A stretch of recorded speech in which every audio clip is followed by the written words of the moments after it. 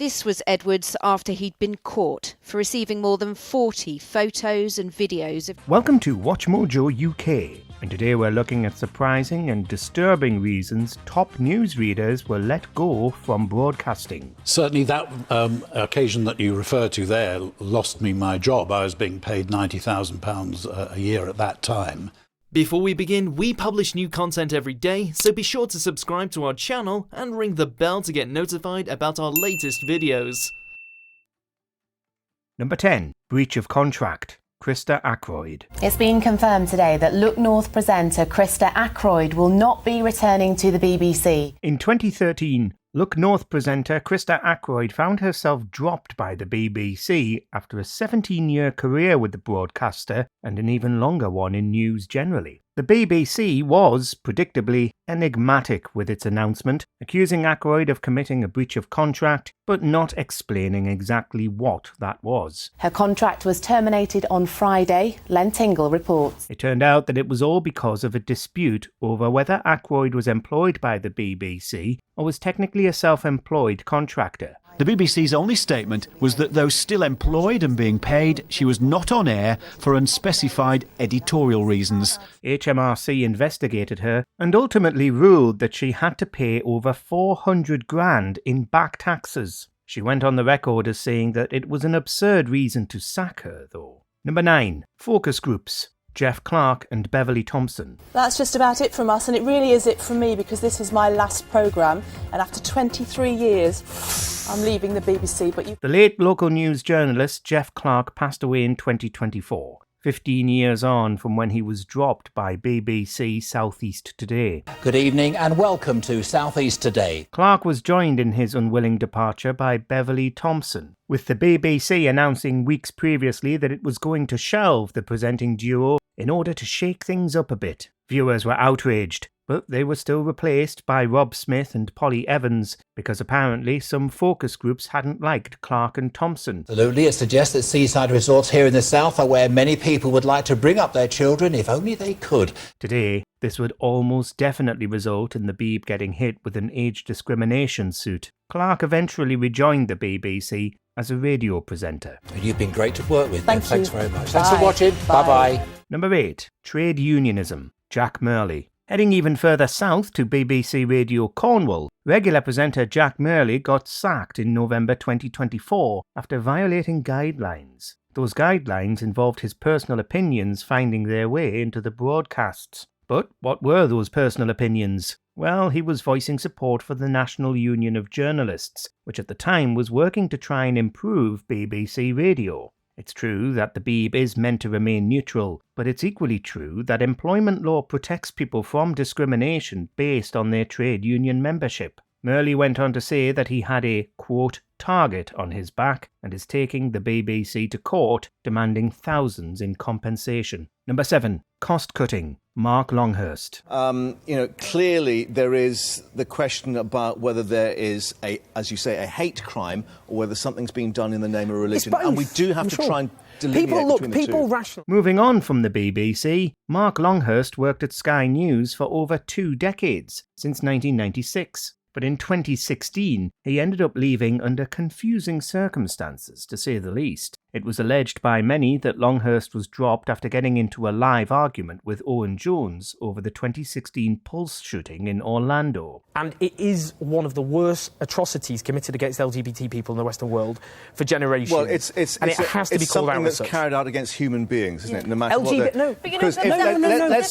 Jones and Longhurst appeared to disagree about whether there was a homophobic element to the attack, with Longhurst suggesting that the club was targeted because people were enjoying themselves. It was an intentional attack on LGBT people. This person... person... On the freedom of all people to try and enjoy themselves as Bataclan No, I'm sorry, can we just explain? You don't understand this because you're not gay, OK? So just Whether listen. I'm gay or not has no... No, it does. It has no... Listen. However, both Longhurst and Jones have denied that this was to blame, with Sky itself citing cost-cutting measures and Jones accepting that they'd misunderstood each other in the on-screen bust-up. Number 6. Forced out. Moira Stewart. A number of presenters have disappeared off our screens. For instance, Moira Stewart. One of the UK's best-known newsreaders is Moira Stewart, who worked for the BBC behind the scenes for years before becoming a television news presenter in 1981. 2 people are feared drowned after a wartime flying boat crashed and sank off the south coast near Southampton. But in 2007, the BBC announced that she was leaving Sunday AM before she herself left BBC television entirely 6 months later. However, despite the BBC Director General claiming repeatedly, including in front of a select committee, that she hadn't been dropped because of her age, she did launch an age discrimination suit. Many still believe that Stewart was forced out of the BBC following internal pressure, though much of the situation remains unclear even years later,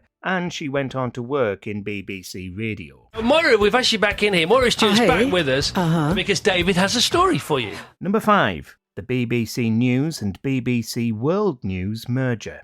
Now, it is just about time for me to say goodbye for the last time. I'm signing off after 23 years at BBC News. None of these presenters were fired exactly, but the situation remains an absolutely appalling reflection on the BBC. In early 2023, it was announced that BBC News and BBC World News were going to be merging in an attempt to streamline news programming. Well, this is all very exciting, isn't it? Hello and welcome to our look ahead to what the papers will be bringing us tomorrow. However, in the process, the BBC wanted to make sure that only the creme de la creme remained, meaning it demanded that various newsreaders re-interview for the jobs they currently had. I know this job is personal. We come directly into your home to tell you what's happening. Good, bad, funny, sad. Some lost their jobs completely because of the roles disappearing. Others were asked to remain in less prestigious roles, and a handful even quit the BBC because of the humiliation of re-interviewing for their own jobs. Lucky me to have had this great job that's never felt like a job. Number 4. Drinking on the job. Ed Mitchell. You'd been a newsreader, a journalist for 35 years. But there was a point, wasn't there, Ed, where you were drinking even before leaving the house in the morning? That's true, yes. In the 80s and 90s, Ed Mitchell was a frequent presenter on ITN, but also worked for other prestigious outlets, including the BBC and Reuters. But he had a catastrophic fall from grace and was found homeless and sleeping on a park bench in 2007 as a result of alcoholism. Right, there are certain points where you think, hang on, this isn't going very well. The blackouts, the winding up in strange places.